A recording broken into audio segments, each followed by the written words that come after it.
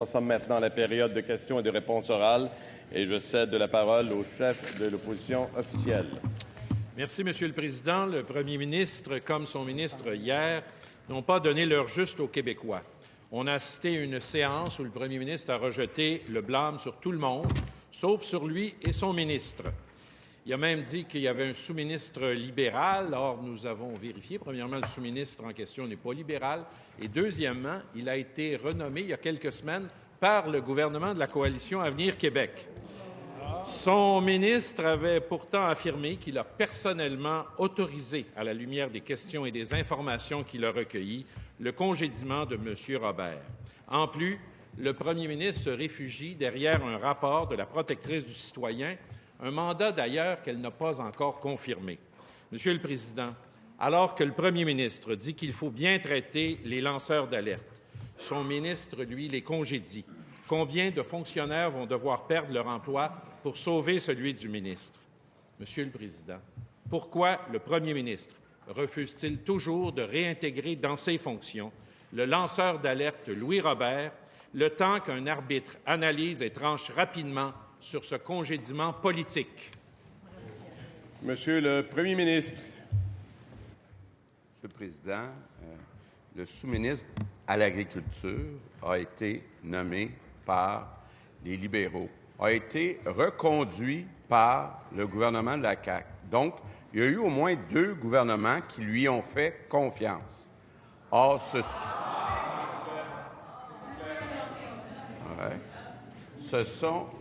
sous-ministre a décidé de congédier pour cause un employé. Bon. Le chef de l'opposition officielle a déjà décidé que ce sous-ministre était coupable, était incompétent, n'avait pas de bonnes raisons de poser ce geste. C'est le choix du chef de l'opposition officielle de prendre parti. Moi, de mon côté, ce que je préfère, c'est de laisser une personne indépendante, la protectrice du citoyen, évaluer si le sous-ministre a eu raison ou non de congédier l'employé. Et une fois qu'on aura ce rapport, on pourra agir en conséquence. Pourquoi le chef de l'opposition officielle tient-il absolument à blâmer ce sous-ministre? Qu'est-ce que ce sous-ministre lui a fait pour qu'il arrive à des conditions aussi radicales? Première complémentaire, Monsieur le chef de l'opposition, s'il vous plaît, la parole appartient au chef de l'opposition officielle. Je ne savais pas que vouloir réintégrer, évidemment, ce lanceur d'alerte, alors qu'il y a de la confusion totale dans les explications du gouvernement, je ne pensais pas que c'était radical. Est-ce que le premier ministre pense vraiment que la décision de renvoyer M. Robert et de garder son ministre en poste, c'est la meilleure décision dans l'intérêt des Québécois? Monsieur le Premier ministre. Monsieur le Président, on a un sous-ministre qui a décidé de congédier un employé. Le chef de l'opposition officielle a déjà décidé que le sous-ministre a mal agi. Avant même d'avoir l'évaluation d'une personne indépendante nommée aux 2 tiers de l'Assemblée, est-ce que le chef de l'opposition officielle a de l'information qu'on n'a pas pour être capable de blâmer ce sous-ministre? Si c'est le cas, bien, qu'il nous donne l'information. Deuxième complémentaire, Monsieur le chef de l'opposition officielle. Que les informations sont confuses. Le premier ministre se dit « personne n'est achetable, aucun de ses ministres ne cède aux pressions des différents lobbies » et ainsi de suite. Est-ce que le premier ministre peut nous assurer que son ministre n'a eu aucune rencontre avec les lobbies qu'a dénoncé le lanceur d'alerte Louis Robert? Monsieur le Premier ministre. Bien, je suis content. Le chef de l'opposition officielle vient de dire qu'effectivement, notre gouvernement n'est pas achetable. Il a raison là-dessus. Il a raison. Notre gouvernement n'est pas achetable. Puis que ce soit le lobby des compagnies de pesticides, que ce soit les commissions scolaires, que ce soit n'importe quel groupe de lobby, le gouvernement qui est en place actuellement va agir dans l'intérêt de l'ensemble des Québécois. Il n'est peut-être pas habitué à ça, mais c'est ça qu'on va vivre pendant 4 ans. Troisième complémentaire, Monsieur le chef de l'opposition officielle. Premier ministre a insinué la semaine dernière que son ministre avait d'autres raisons pour congédier le lanceur d'alerte. Est-ce qu'il prend vraiment les allégations de M. Robert au sérieux, le premier ministre? Est-ce qu'il prend au sérieux le cri d'alarme de ce lanceur d'alerte? Pourquoi s'entête-t-il de protéger son ministre qui a menti à la population? Un peu de courage, Monsieur le Premier ministre. Attention, s'il vous plaît, encore une fois. La réponse maintenant appartient au leader du gouvernement. Une question de règlement, Monsieur le Président. Le chef de l'opposition officielle sait très bien qu'il ne peut pas utiliser le terme « mentir » et il doit prendre la parole d'un député, que ce soit la parole du ministre de l'Agriculture ou la parole du premier ministre. Alors, Monsieur le Président, je vais vous demander que le chef de l'opposition officielle retire ses propos qu'il a tenus. Monsieur le chef de l'opposition officielle, je vous demande de retirer ces propos qui ne sont pas parlementaires, s'il vous plaît. Monsieur le leader du gouvernement. Monsieur le Président, je tiens à noter quand même que le ministre et le premier ministre ont jusqu'à maintenant donné des versions totalement contradictoires. Alors, j'ai cherché un synonyme, Monsieur le Président, je ne l'ai pas encore trouvé, mais promis, si je trouve un synonyme pour mentir, je vais vous le donner. Je vous redemande de retirer ces propos. Vous le savez, peu importe que vous trouviez ou non l'équivalent, il n'est pas parlementaire, il n'est pas permis. Je vous demande de retirer ces propos, Monsieur le chef de l'opposition. Retirez, merci. Monsieur le Premier ministre. Monsieur le Président, c'est vrai que le sous-ministre qui a été nommé par les libéraux, reconduit par la CAQ, a posé un geste important, un geste grave, de congédier un employé. Selon le sous-ministre, il y avait des bonnes raisons de le faire. Moi, jusqu'à preuve du contraire, je lui donne le bénéfice du doute. Pourquoi le chef de l'opposition officielle a-t-il décidé de ne pas faire confiance à ce sous-ministre? Et y en a-t-il d'autres sous-ministres en qui l'opposition n'a pas confiance? J'aimerais avoir les noms. Question principale, Monsieur le leader du gouvernement. Oui, Monsieur le Président. On avait jusqu'à tout récemment l'affaire du lanceur d'alerte. On a, je pense, maintenant l'affaire du ministre de l'Agriculture. Même François Cardinal, ce matin, dans la presse, le dit, Monsieur le Président, puis je pense qu'on doit de le citer parce qu'il a raison. Plus il nous en donne, plus il veut nous rassurer, moins nous le sommes. Alors, Monsieur le Président, autant le ministre que le premier ministre, maintenant, avec ce qu'il a dit hier, donnent des versions contradictoires. Dans le fond, Monsieur le Président, l'enjeu du ministre de l'Agriculture, ce n'est pas un enjeu de clarté, c'est un enjeu de vérité. Et la protectrice du citoyen, elle, a reçu le mandat de faire la lumière sur cette affaire. Mais moi, j'aimerais ça le voir, le mandat. Je voudrais connaître les modalités, les balises qui lui ont été données d'un mandat qu'il initie alors qu'il en est parti. J'aimerais ça savoir si elle a accepté également ce mandat. Et surtout, j'aimerais entendre du ministre ce qu'il pense de l'article 18 de la loi sur la protectrice du citoyen, qui dit qu'en matière de relations de travail ou s'il existe d'autres recours judiciaires, elle ne peut pas agir dans de telles circonstances. Monsieur le ministre de l'Agriculture, des Pêcheries et de l'Alimentation. Monsieur le Président, les questions qui sont soulevées dans la population par la classe médiatique touchent toute la question du traitement à un lanceur d'alerte. Toutes ces questions-là sont très légitimes, puis c'est dans la cour de la protectrice du citoyen de traiter de ces questions, Monsieur le Président. Alors, c'est pour ça, pour que les Québécois et les Québécoises aient toutes les réponses aux questions qui se posent dans ce dossier, j'ai demandé à la protectrice du citoyen de faire toute la lumière afin que toutes les réponses soient fournies. Première complémentaire, Monsieur le leader de l'opposition officielle. Oui, Monsieur le Président, je le disais tout à l'heure, l'enjeu du ministre, c'est pas la clarté, c'est la vérité. Il peut y avoir une palette de couleurs sur son bureau, mais il n'y a pas plusieurs vérités, Monsieur le Président. Il n'y en a qu'une seule, il va falloir la trouver. Il a dit hier, en débat de fin de séance, qu'il fallait que les Québécois aient toute la lumière. Je le paraphrase, il a dit « Les Québécois se posent des questions, il va falloir y répondre ». Le problème, c'est qu'avec même l'enquête de la protectrice, on ne peut pas toucher à tout. Qui a été impliqué dans son cabinet? Comment il a discuté de cette question-là avec le sous-ministre? Toutes ces questions qui touchent une ingérence possible ne seront pas traitées. Monsieur le ministre de l'Agriculture, des Pêcheries et de l'Alimentation. Monsieur le Président, j'inviterai le député de Jean Talon, de ne pas présumer du champ d'études que la protectrice du citoyen va décider. Puis pour compléter en termes de relations de travail, je voudrais rappeler aux députés qu'il y a un processus d'arbitrage associé à tout ce dossier-là et qu'ultimement, il y a un arbitre totalement indépendant qui va analyser tous les faits pour rendre effectivement une décision en matière de relations de travail.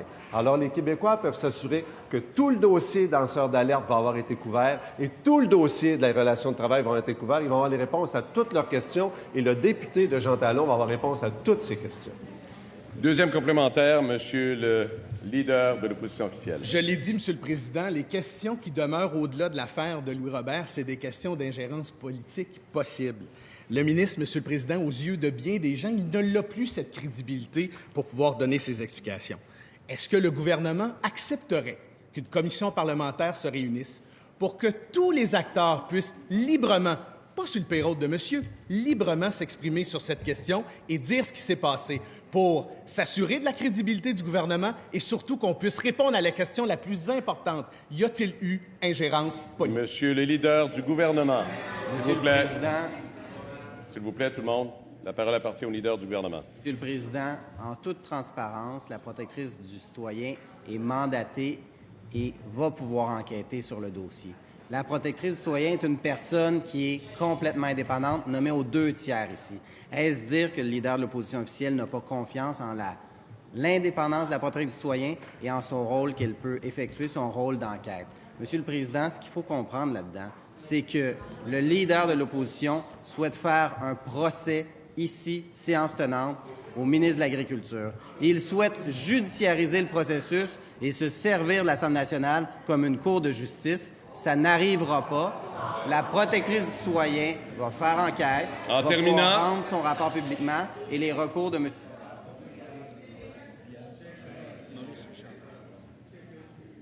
On va écouter ensemble les réponses qui sont données, les questions qui sont données. C'est pour le bénéfice de ceux et celles qui veulent suivre aussi nos débats. Je l'ai dit encore une fois, des débats respectueux. Alors conservons cette attitude. S'il vous plaît, la parole appartient maintenant à la députée de Maurice Richard. Merci, Monsieur le Président. L'Estrie se mobilise depuis plusieurs semaines contre un projet d'agrandissement d'un dépotoir au Vermont qui présente un risque pour la santé publique de près de 200 000 personnes.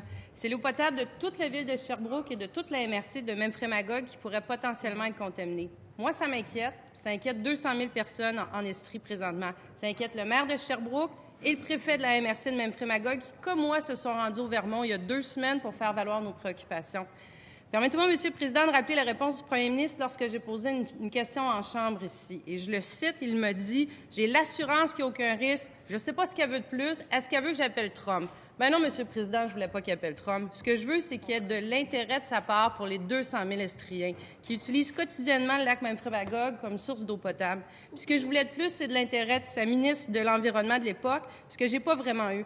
Alors, je pose la question au nouveau ministre de l'Environnement. Partage-t-il les inquiétudes des citoyens de l'Estrie ou bien pense-t-il, comme le premier ministre, que le... Monsieur le ministre de l'Environnement. Merci, Monsieur le Président. Merci à la collègue pour la question. Oui, effectivement, il y a de l'inquiétude dans la population et j'ai l'occasion de parler régulièrement à mon collègue Dorford qui suit le dossier de près. Il s'est, tout comme vous, rendu sur place pour participer à cette consultation publique. Le premier ministre a eu l'occasion d'échanger avec les autorités du Vermont il y a quelques semaines, quelques mois. Il est possible pour ma part que j'aie une rencontre dès demain aussi avec des autorités du Vermont. Donc, le dossier il est suivi de près. Le ministère de l'Environnement s'ajoute à cette voie qui fait en sorte que des évaluations scientifiques et valables soient faites. Donc, soyez assurés que le dossier est suivi de très près et nous avons la collaboration de l'ensemble des municipalités concernées. Première complémentaire, Madame la députée de Maurice Richard. Merci, Monsieur le Président. Bien, écoutez, je suis très contente d'entendre que le ministre se préoccupe de ce dossier. Je présume qu'il est aussi au courant que la Commission environnementale du Vermont rendra sa décision la semaine prochaine. Donc, je veux savoir de façon précise qu'est-ce qu'il va faire. Potentiellement une rencontre. C'est une rencontre. Quel engagement vous allez demander? Quelle assurance vous allez demander? Parce qu'à l'heure actuelle, il n'y a pas de données qui nous sécurisent sur la contamination possible du lac Memphremagog. Donc, que va-t-il faire précisément au cours de la prochaine semaine? Monsieur le ministre de l'Environnement. Parmi les rencontres, je pouvais aussi mentionner que j'ai pu échanger avec la ministre fédérale sur cet enjeu la semaine dernière. Un député libéral, le député Paradis, est également bien impliqué dans le dossier au niveau de la Chambre des communes. Il y a cette commission Canada-États-Unis qui a été saisie Donc, tous les éléments sont là pour rassurer la population. Le gouvernement, le ministère suivent le dossier de près. Il est vrai qu'un rapport attendu la semaine prochaine. Il est possible que ce rapport-là vienne poser des conditions également à l'entreprise qui souhaiterait étendre encore davantage son territoire pour le site En terminant. Pour les déchets en question. Donc oui, toutes les mesures sont en place pour assurer le suivi. Deuxième complémentaire, Madame la députée de Maurice Richard. Merci, Monsieur le Président. Ça s'appelle le site Coventry, pour votre information. J'entends beaucoup de mots, j'entends pas beaucoup de réponses. Vous me citez plein de gens. Est-ce que vous leur avez parlé? Est-ce que vous avez demandé des interventions? La situation à l'heure actuelle, elle est nommée par les Estriens comme une bombe à retardement. Il y a une situation qui est potentiellement grave. Il y a une décision qui va être prise la semaine prochaine. Je veux de façon précise entendre ce que vous allez faire comme ministre de l'Environnement. Est-ce que vous allez faire des démarches précises? Monsieur le ministre de l'Environnement. Oui, les nombreux mots que je me souviens avoir prononcés visaient justement à répondre à la question de la collègue. Toutes les interventions visaient à démontrer aux interlocuteurs que nous sommes bien impliqués dans le dossier en question. Quand je parlais de la ministre fédérale, quand je parlais à mon collègue Dorford, quand je parlais au ministre, non pas au ministre, mais au député libéral fédéral, lorsque le ministère a saisi du dossier, ce sont tous des mots qui démontrent que oui, nous sommes bien impliqués dans le dossier et que la réponse de la semaine prochaine sera aussi suivie avec beaucoup d'intérêt et d'attention de notre côté. Question principale, Madame la députée de Sherbrooke. Monsieur le Président, récemment, on pouvait lire dans un article de Radio-Canada que le ministre de l'Éducation vient tout juste de découvrir que la pénurie de locaux n'est pas seulement un enjeu, mais bien une crise dans le milieu de l'éducation. Je ne sais pas où était Monsieur le ministre dans les dernières années, pendant que les commissions scolaires criaient à l'aide, mais je suis contente qu'il prenne acte de la crise et j'aimerais lui souhaiter bienvenue dans la réalité. Vous savez, ça ne suffit pas d'être un enseignant pour être un bon ministre de l'Éducation. Il faut surtout être à l'écoute des besoins du milieu. Le besoin le plus primaire, c'est d'avoir des locaux pour recevoir les enfants. Et en ce moment, il y a des milliers d'enfants dans des espèces de maisons mobiles parce qu'on manque de place. Le 3/4 des écoles primaires ont besoin de rénovations majeures et au lieu de s'attaquer à cette crise-là, le ministre se lance dans des réformes de gouvernance. On en a déjà vu des ministres faire des réformes de structure au lieu de répondre aux besoins exprimés sur le terrain et on en subit encore les conséquences. Est-ce que le ministre est conscient qu'il est en train de reproduire les erreurs qui ont mené à la perte du précédent gouvernement? Monsieur le ministre de l'Éducation et de l'Enseignement supérieur.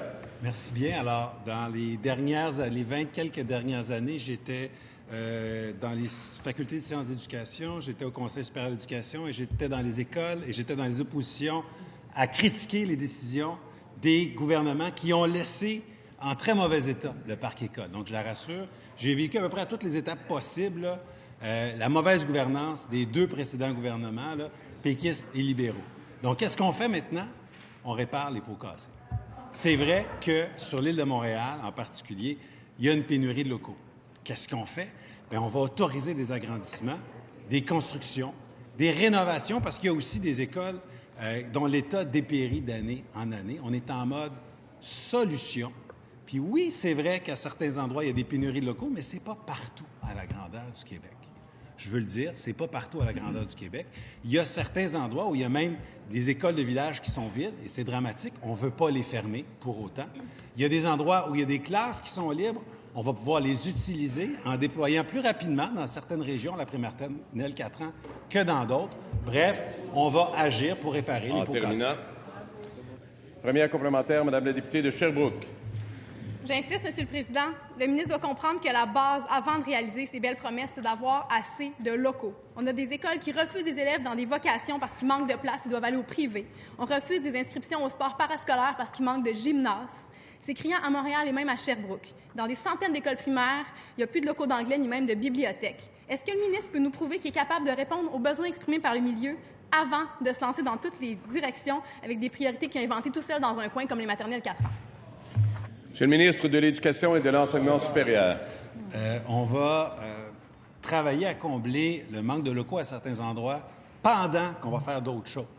C'est pas vrai qu'on va ajouter des locaux et retaper des écoles pour avoir de belles écoles sans s'occuper des problèmes du manque de professionnels dans les écoles primaires secondaires. C'est pas vrai qu'on va s'occuper des locaux sans s'occuper du manque de conseillers en orientation. C'est pas vrai qu'on va s'occuper des problèmes de locaux en laissant tomber les jeunes qui vont pas assez nombreux en formation professionnelle. On est capable de mâcher de la gomme et marcher en même temps. On va trouver plusieurs solutions. On a 4 ans pour le faire.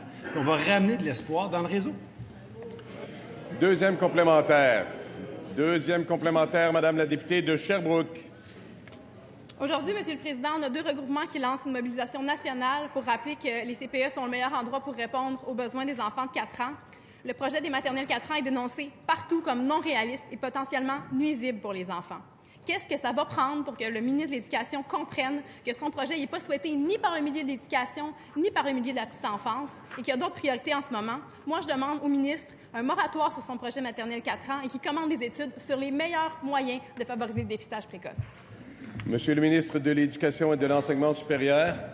Monsieur le Président, je ne pense pas que ce soit nuisible pour les enfants de leur offrir davantage de choix, de leur offrir davantage de place, d'ouvrir des prématernelles 4 ans. Je l'invite à discuter avec les directions des commissions scolaires. J'invite à discuter avec des enseignants directement sur le terrain, parce que je leur parle fréquemment. Parler aux parents aussi, Fédération des comités de parents et les autres parents. Le chercheur bien reconnu Égide Royer, la directrice de la Faculté des sciences à l'UQAM, Mme Monique Brodeur. Alors, faites le tour. C'est vrai que ça ne fait pas l'unanimité. Mais on ne fera pas un moratoire à chaque fois que quelque chose ne fait pas l'unanimité. Là. Habituez-vous, on va avancer quand même au bénéfice des élèves. Bravo. Question principale, Monsieur le chef de la deuxième opposition. Monsieur le Président, le premier ministre a défendu son ministre de l'Agriculture qui a congédié un lanceur d'alerte. Oui, c'est lui qui l'a congédié. Il était au courant du processus et c'est lui le patron du ministère de l'Agriculture. On appelle ça la responsabilité ministérielle, il faut le rappeler. Le ministre aurait pu dire non. Il avait cette option. Hier, le ministre et le premier ministre ont servi cette excuse. C'est la faute du sous-ministre, c'est la faute des fonctionnaires. Qui est le patron, le ministre ou les fonctionnaires? Il était donc au courant. Il a entériné la décision de congédier le lanceur d'alerte Louis Robert. Tout à l'heure, le gouvernement va se réunir en Conseil des ministres. Est-ce que le premier ministre peut lui demander de réembaucher l'agronome Louis Robert, qui a été victime de représailles pour avoir protégé l'intérêt public des Québécois? Monsieur le premier ministre. Monsieur le Président, le chef de la deuxième opposition a déjà été au gouvernement, donc je suis assez surpris de sa question. Le chef de la deuxième opposition devrait savoir qu'un sous-ministre a le droit de congédier un employé pour cause. Je ne sais pas, là, je sais qu'au Parti québécois, peut-être que ce n'est pas dans la culture de dire on peut congédier un employé, mais il me semble que ça arrive dans toutes les organisations. Évidemment, il faut que ça soit justifié. Dans le cas qui nous occupe, c'est effectivement quelqu'un qui avait lancé une alerte.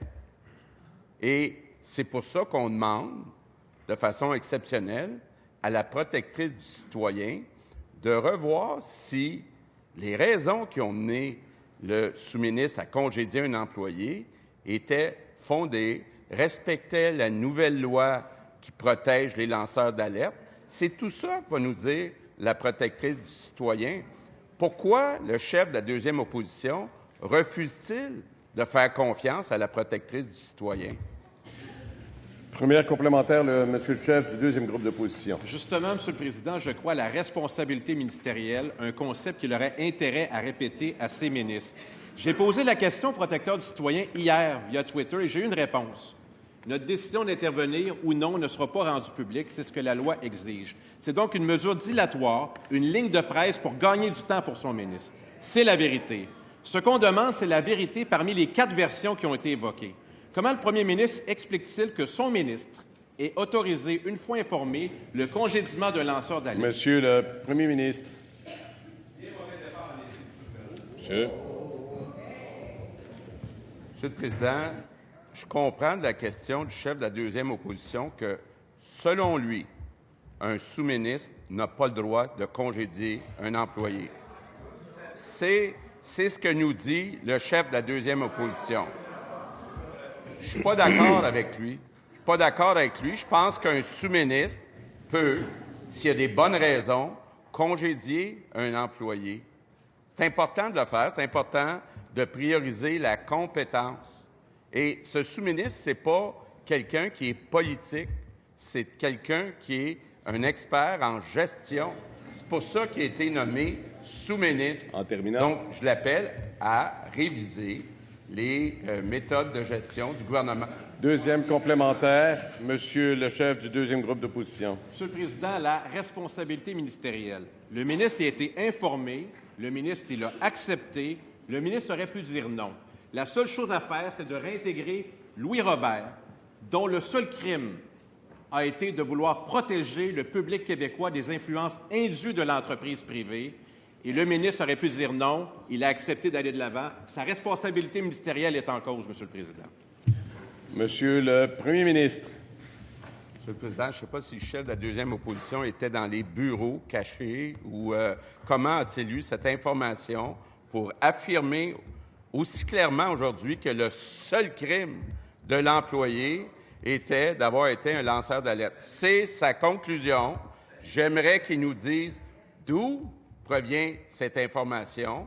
Moi, je fais confiance à la protectrice du citoyen pour aller au fond du dossier. Puis quand on aura toute l'information, on agira en conséquence. Question principale, Madame la députée de Bourassa-Sauvé. Monsieur le Président, la semaine dernière, le Nouveau-Brunswick a renoncé à accueillir les Jeux de la francophonie de 2021. Pour les Acadiens, c'était la chance formidable d'apparaître enfin sur la scène internationale de la francophonie. Après les écoles en Ontario, pour les francophones du Canada, c'est une autre claque en plein visage. Le premier ministre parle de la fierté d'être québécois. Eh bien, tout ceci est une belle occasion pour le Québec de se poser en leader incontesté des francophones du Canada et travailler avec Ottawa pour sauver ces Jeux. En ce moment, la ministre de la Francophonie reste muette. Je suis profondément déçue. Suite à nos interventions des derniers jours, la ville de Sherbrooke considère accueillir ces Jeux, moyennant les appuis financiers de Québec et d'Ottawa. Monsieur le Président, ma question est simple. Que compte faire la ministre? Madame la ministre des Relations internationales et de la francophonie. Merci, Monsieur le Président. Monsieur le Président, j'aimerais tout d'abord rassurer les parlementaires. Le gouvernement assure un leadership au niveau de la francophonie. D'ailleurs, à peine 10 jours après sa nomination, le premier ministre François Legault s'est déplacé pour le sommet de la francophonie à Erevan. De plus, M. Legault et moi-même avons rencontré Monsieur le premier ministre. Je vous demande simplement, Madame la ministre, de ne pas nommer les gens par leur nom, mais par leur titre. Merci. Alors, Monsieur le premier ministre et moi-même avons rencontré la secrétaire générale de la francophonie lors de notre dernière mission à Paris. Maintenant, pour ce qui est des Jeux de la francophonie, le Nouveau-Brunswick, vous le savez, s'est retiré pour une question de coût.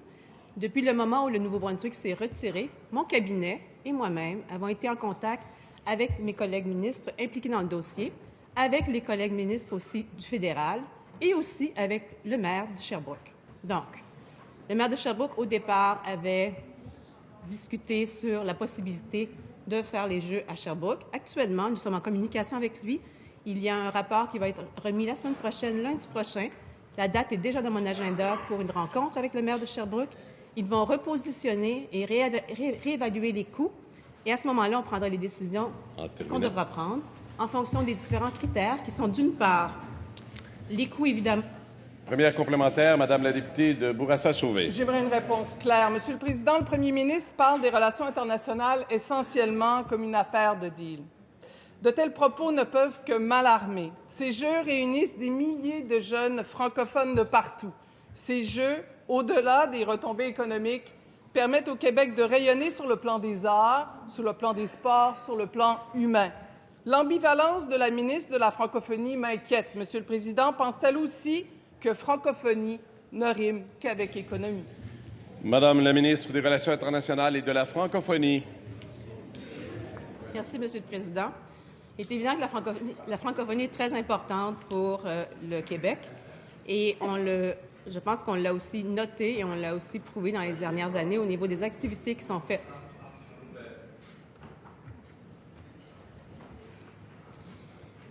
Actuellement, l'important, ça va être de voir à quel point les Québécois et les Sherbrookois ont les moyens de se payer les Jeux de la francophonie, entre autres. Il va falloir aussi voir à quel point l'échéancier et raisonnable. Je rappelle que les Jeux de la francophonie, quand ils ont été acceptés par le Nouveau-Brunswick, ils avaient 5 ans pour les travailler. Aujourd'hui, on est à 2 ans de l'échéance. Donc, il va falloir voir la faisabilité de ce dossier. Excellent. Deuxième complémentaire, Monsieur le député de Marquette. Monsieur le Président, la Ville de Sherbrooke, qui a déjà accueilli les Jeux du Canada en 2013, compte 2 universités ainsi que de nombreuses infrastructures sportives. Elle a donc les outils nécessaires pour accueillir de tels Jeux. Pour elle, ce serait l'occasion de moderniser ses installations et de développer son secteur touristique. Ce serait une vitrine exceptionnelle pour tous nos jeunes athlètes et artistes québécois. Comment se fait-il que la ministre déléguée de l'Éducation estrienne elle-même et olympienne des carrés soit-elle aussi muette sur ce dossier? Madame la ministre déléguée à l'Éducation. Oui, merci, Monsieur le Président. En fait, nous avons été en discussion avec la Ville de Sherbrooke. Il faut comprendre que pour tenir des jeux d'envergure, et je suis d'accord avec mon collègue, évidemment, des jeux d'envergure, pour moi, ça revêt une importance très capitale. Mais pour tenir de tels jeux, évidemment, au-delà des retombées ou du legs d'infrastructures, il y a aussi toute la mobilisation d'une communauté, tous les bénévoles qu'on doit mettre en place, toute la logistique de sécurité. Donc, beaucoup d'éléments à tenir en compte. Comme ma collègue l'a dit précédemment, lorsque Sherbrooke s'est posée candidate il y a 5 ans, on avait une fenêtre pas mal plus grande et pas mal plus pour pouvoir réaliser ces travaux. Alors, à 2 ans des Jeux, il faut s'assurer de... Question principale. Monsieur le député de Jean-Lesage. Cette semaine, c'est la 29e semaine nationale de prévention du suicide. Et au Québec, 3 personnes s'enlèvent la vie chaque jour. Le suicide frappe davantage les hommes et les personnes moins favorisées, mais il frappe tout le monde. Personne n'est à l'abri. En plus, on sait que les services ne se rendent pas dans toutes les régions du Québec. Les régions où le taux de suicide est le plus élevé sont le Nunavik, l'Abitibi-Témiscamingue, la Côte-Nord et la Gaspésie-de-la-Madeleine. Les professionnels de la santé réclament depuis longtemps une stratégie nationale de prévention du suicide afin de mieux cibler les interventions auprès des personnes à risque. Sachant qu'une mort par suicide est une mort évitable, est-ce que la ministre de la Santé et des Services sociaux s'engage à mettre en place une stratégie nationale de prévention du suicide dans les plus brefs délais? Madame la ministre de la Santé et des Services sociaux. Monsieur le Président, c'est une question extrêmement importante pour le Québec, la prévention du suicide, la prévention aussi des problématiques de santé mentale. Alors, notre gouvernement est extrêmement sensible à cette question. D'ailleurs, j'ai eu l'occasion de rencontrer des parents endeuillés, une jeune femme endeuillée dont la mère, malheureusement, s'est suicidée. Alors, nous avons échangé de façon importante, très sensible à leur message aussi. Je pense qu'il est très important d'avoir une stratégie nationale de prévention du suicide. Je pense aussi qu'il faut améliorer notre approche, notre façon de faire au niveau des problématiques de santé mentale. Alors, Monsieur le Président, pour nous, c'est une question prioritaire. Et évidemment, nous avons déjà commencé à consulter des proches aidants, des experts dans le domaine, des gens qui sont touchés par des problématiques de santé mentale. Et nous allons nous atteler à ce dossier pour améliorer la situation pour les Québécois et les Québécoises. Première complémentaire, Monsieur le député de Jean-Lesage. Je suis rassuré par la bonne foi de la ministre. Je pense que c'est un sujet qui dépasse la question de la partisanerie puis ces choses-là habituelles. On le sent bien. Et des fois, par contre, avec la bonne volonté aussi, il faut que suivent les engagements financiers. Sinon, ça ne donne rien. Dans les dernières années, on a grandement amélioré la prévention des morts par accident de la route. On pourrait mettre la même énergie dans la prévention du suicide. Alors, considérant qu'il y a 3,5 milliards de dollars de surplus qu'on peut envisager, la ministre de la Santé et des Services sociaux. Oui, Monsieur le Président. Pour nous, ça demeure une priorité.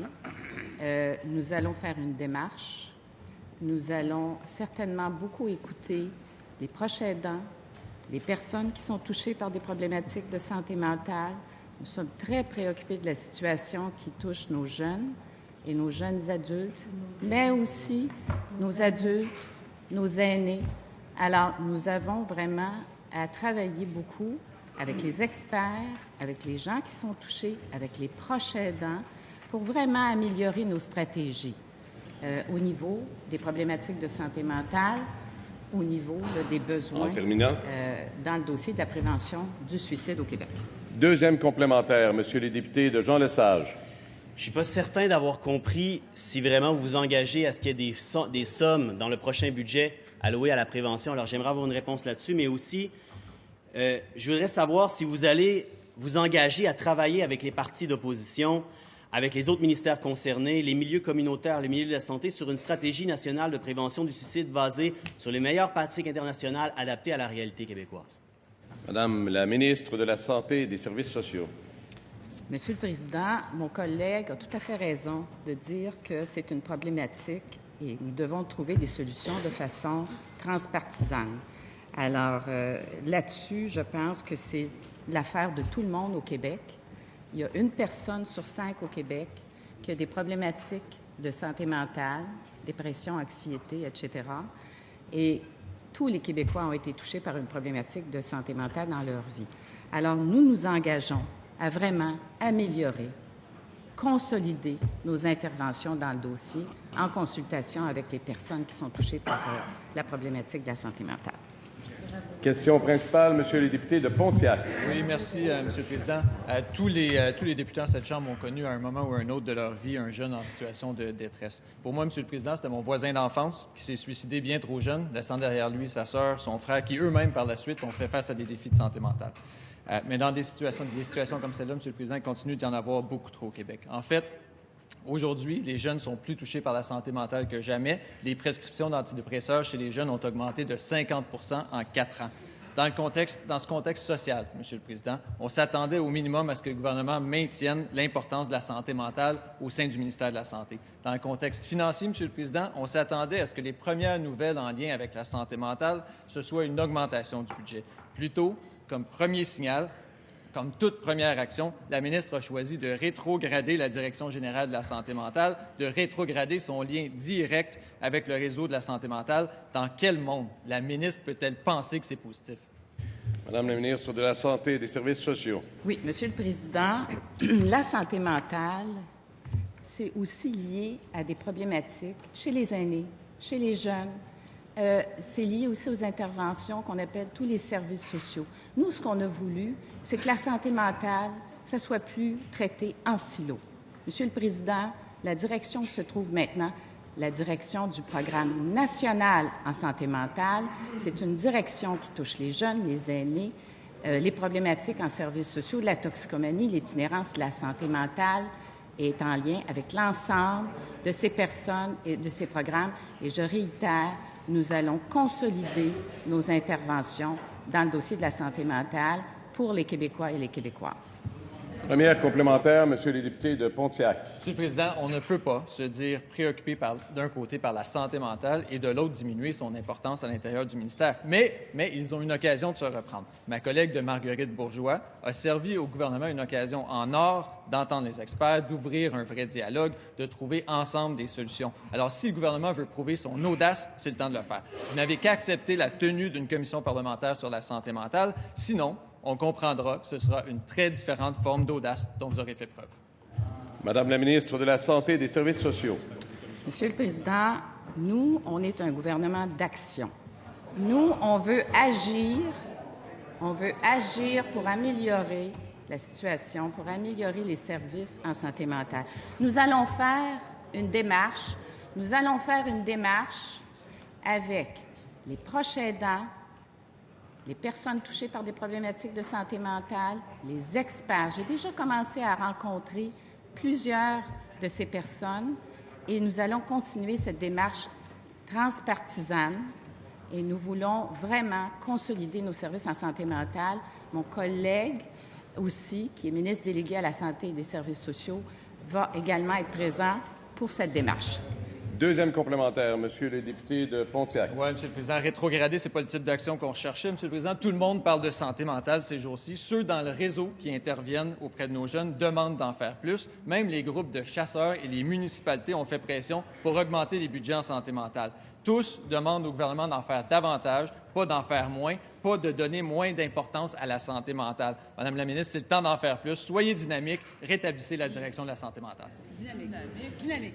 Ministre délégué à la Santé et aux services sociaux.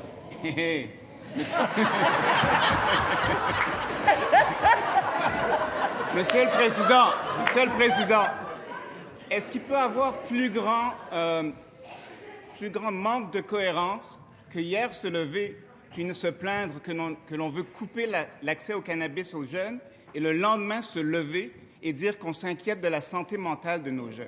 Peut-il y avoir plus grande incohérence? S'il vous plaît. C'est vraiment pas banal. Alors nous, on va prendre... S'il vous plaît. La parole appartient au ministre délégué.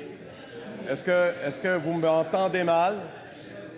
Je vous demande, s'il vous plaît, d'écouter celui qui a la parole en ce moment, ministre délégué à la Santé et aux services sociaux. Alors, tout le monde se calme, on souhaite entendre la réponse. Vous savez qu'on perd du temps actuellement. Donc, nous, ce qu'on veut faire dans le futur, et on travaille avec le ministre de l'Éducation, c'est sortir la prévention des magasins de la SQDC pour la santé mentale et l'insérer là où elle aurait dû être dès le début, dans nos écoles. Donc, on travaille sur un curriculum, on prend soin de notre santé physique, il faut que nos jeunes apprennent à prendre soin de leur santé mentale, Monsieur le Président. Question principale. Monsieur le ministre, Monsieur le député de La Fontaine. Merci. Merci, Monsieur le Président. Ne me souhaitez pas de mal, s'il vous plaît. Monsieur le Président, le 5 décembre dernier, j'ai demandé à la ministre responsable de l'accès à l'information pourquoi elle et ses collègues ministres ne rendaient-ils pas public leur agenda. Le site existe déjà, Monsieur le Président. La ministre avait alors justifié le manque total d'informations en disant, et je la cite, « Nous sommes pour la transparence, mais de la bonne façon. Nous sommes en train d'étudier la façon la plus adéquate pour le faire. » Le 17 décembre, la ministre s'est rétractée. Ils vont utiliser le site déjà existant. La porte-parole de la ministre a affirmé, je la cite, « On comprend qu'il y a de la pression pour qu'on publie nos agendas. Désormais, la CAQ publiera l'information avec davantage d'uniformité et de cohérence. » Aujourd'hui, Monsieur le Président, on constate qu'il n'y a aucune uniformité ni cohérence dans l'information versée au site. Considérant que depuis hier, la ministre a moins de responsabilités, qu'elle va en prendre moins pour en prendre soin, Monsieur le Président, va-t-elle enfin rendre public les agendas? Madame la ministre de la Justice. Alors, merci, Monsieur le Président, et merci surtout à mon collègue de me permettre de faire effectivement le point sur ce dossier-là. On a beaucoup évolué. On a pris d'ailleurs quelques mois pour agir au lieu de quelques années dans un autre cas. Donc, effectivement, après étude, il faut comprendre que ça émanait d'une directive du gouvernement précédent. Donc, avec la venue d'un gouvernement, naturellement, il fallait émettre une nouvelle directive. Alors, c'est ce qu'on a fait. Depuis le 28 janvier, la directive a été émise par le bureau du premier ministre et les agendas sont maintenant publics. Ceci étant dit, ça fait une semaine. On est en train de mettre nos agendas à jour les uns après les autres. Le mien est là d'ailleurs. Et mes collègues sont en train de faire la même chose un après l'autre. Et on va effectivement assurer un suivi très serré sur la cohérence des informations. La transparence, c'est un enjeu extrêmement important pour notre gouvernement. On va faire en sorte que les Québécois aient l'information nécessaire pour comprendre ce que leurs ministres font. Après tout, on est là pour eux. Première complémentaire, Monsieur le député de La Fontaine. Monsieur le Président, uniformité et cohérence, alors que la ministre de la Justice déclare être active depuis le 1er novembre dernier, on apprend que le premier ministre, lui, est actif uniquement depuis le 29 janvier dernier. Et pire, la ministre, entre le 26 novembre et le 30 janvier, il n'y a rien d'inscrit. 2 ministres ne déclarent aucune rencontre, Monsieur le Président. La ministre de la Santé, 52 % du budget des dépenses. Quand elle révèle, via le site, Monsieur le Président, quant à elle, elle révèle qu'elle sera à l'Assemblée nationale aujourd'hui et demain. Quand va... Madame la ministre de la Justice. écoutez, Monsieur le Président, je trouve ça un petit peu particulier de devoir expliquer la procédure à mon collègue. Donc, effectivement, il y a des événements qui sont mis, les événements qui sont publics sont mis à l'agenda de façon, bon, je ne dirais pas automatique et simultanée, mais c'est l'objectif qu'on poursuit. Les autres événements, qui sont des événements, des rencontres, qu'on appelle des rencontres sollicitées par des tiers, sont mis dans un délai de 3 mois. Effectivement, il y a présentement, je l'admets, certains délais de mise à jour de tout ça, mais actuellement, au moment où on se parle, les agendas du mois d'octobre devraient être mis effectivement au grand complet sur le site, Monsieur le Président, et on fera en sorte de faire le suivi pour s'assurer que la transparence rime effectivement avec uniformité et cohérence. Deuxième complémentaire, Monsieur le député de La Fontaine. Monsieur le Président, en tout respect de ma collègue, là, c'est un peu n'importe quoi ce qui est sur le site. Elle parle de respect de certains délais.